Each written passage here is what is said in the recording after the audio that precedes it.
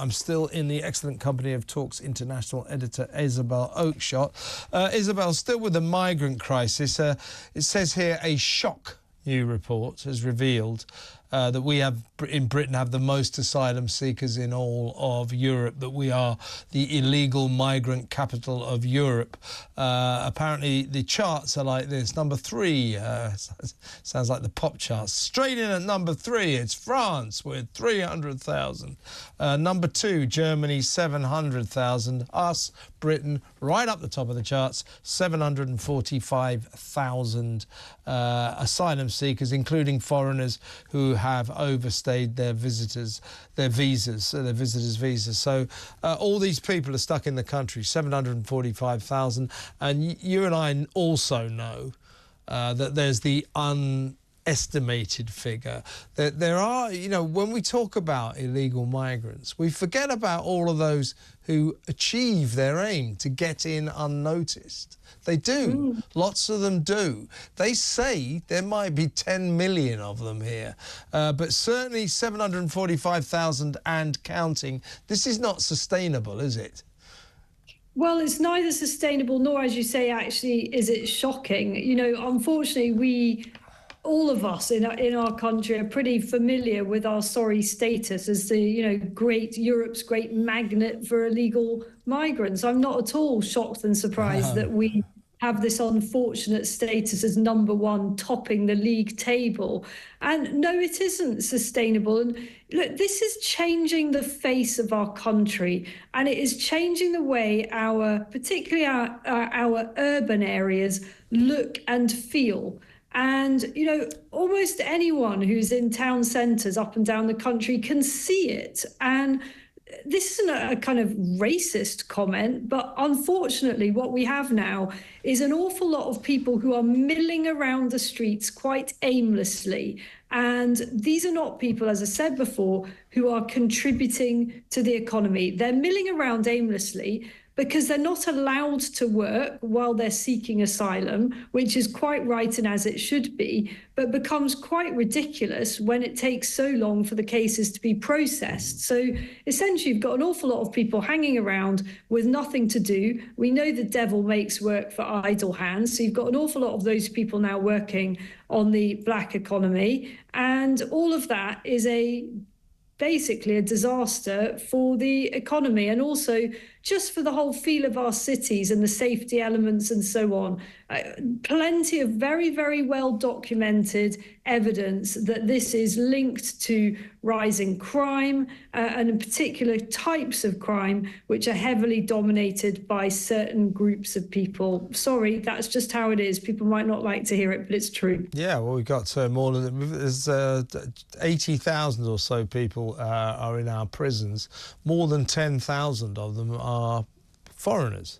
People who should be deported. So when Keir Starmer says, oh, I know what I'll do, I'll let a load of dangerous prisoners out, you know, we're still in the process of doing that, by the way. We've let 1,700 out. I think the final target is between 5,000 and 6,000, so that's still ongoing.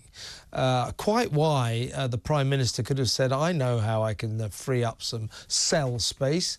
I can deport these foreign criminals who are in jail, who've broken our laws to such an extent they're in prison. I can deport them back to their home countries. Then I've got 10,000 free beds in the jails. But he doesn't seem to want to do that. So welcome to the wonderful world of Keir Starmer.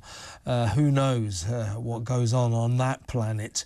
What's the colour of the skylight where you come from, Keir? But let's think about this. So with the migrant crisis, Isabel, you know, how often have we heard him and Calamity Cooper, well, we're going to smash the evil people smuggling camps. Everybody knows it won't work anyway. You know, smashing the gangs is only one element of it. You've got to stop the migrants. Don't stop the migrants, there will always be people smuggling gangs. That said, in France, they did manage to catch 22 people smugglers from the biggest people smuggling gang in the world. And the French authorities said, now you come on back for your sentencing now, won't you? Now, you'll never guess, 11 of them didn't go back for their sentencing.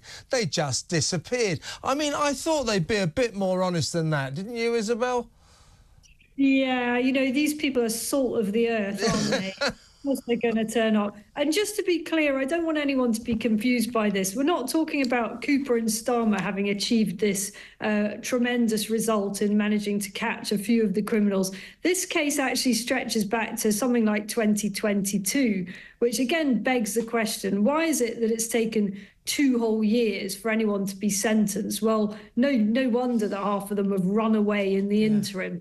So there's no credit for the Starmer regime for this particular semi-smashing of a gang that then just kind of disappeared into the ether while the authorities fannied around trying to decide what to do in the interim. Unbelievable. Yeah, it really is unbelievable because, you know, if these people are so evil, why would they stick around to be sentenced? They're not, most of them are not French.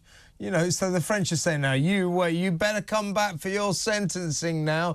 People smuggling gangs don't think we will, actually. Bye. We'll leave and we'll start smuggling some more people. It is absurd. Absurd. Yeah, I mean, the thing is, they're expert in their field, aren't they? So I assume they smuggled themselves out of hot water and smuggled themselves to another country. Yeah, they've used their own skills to get away. But, I mean, it does... I mean, what on earth does Starmer and Cooper think they're playing at when people are dying like this? They must now know that their smashing the gangs narrative is redundant. You know, they hired this guy called Martin Hewitt, former copper, to be the chief of the Border Security Command. And the first thing he said is smashing the people smuggling gangs will not solve the migrant crisis. So there you have it in a nutshell. Their entire strategy doesn't work. Has anyone heard hide nor hair of him since that unhelpful intervention? No. No, I think he's busy trying to work out how he's going to spend his 200 grand a year. I mean, I think that every time another boatload comes over, we should all be told who they are and all the details of each one of them and what's happening. And whoever's in charge of smashing the gangs and this border force guy should be made to give a public statement. And they'd soon get very bored and humiliated of giving this public statement. And maybe that would galvanise them to actually do something to stop it happening. That'll be the day. That'll be the day, Isabel. We could always try it. Great to talk to you as always. Thank you so much. We'll see you later in the week. That is the brilliant Isabel Oakeshott, Talks International editor.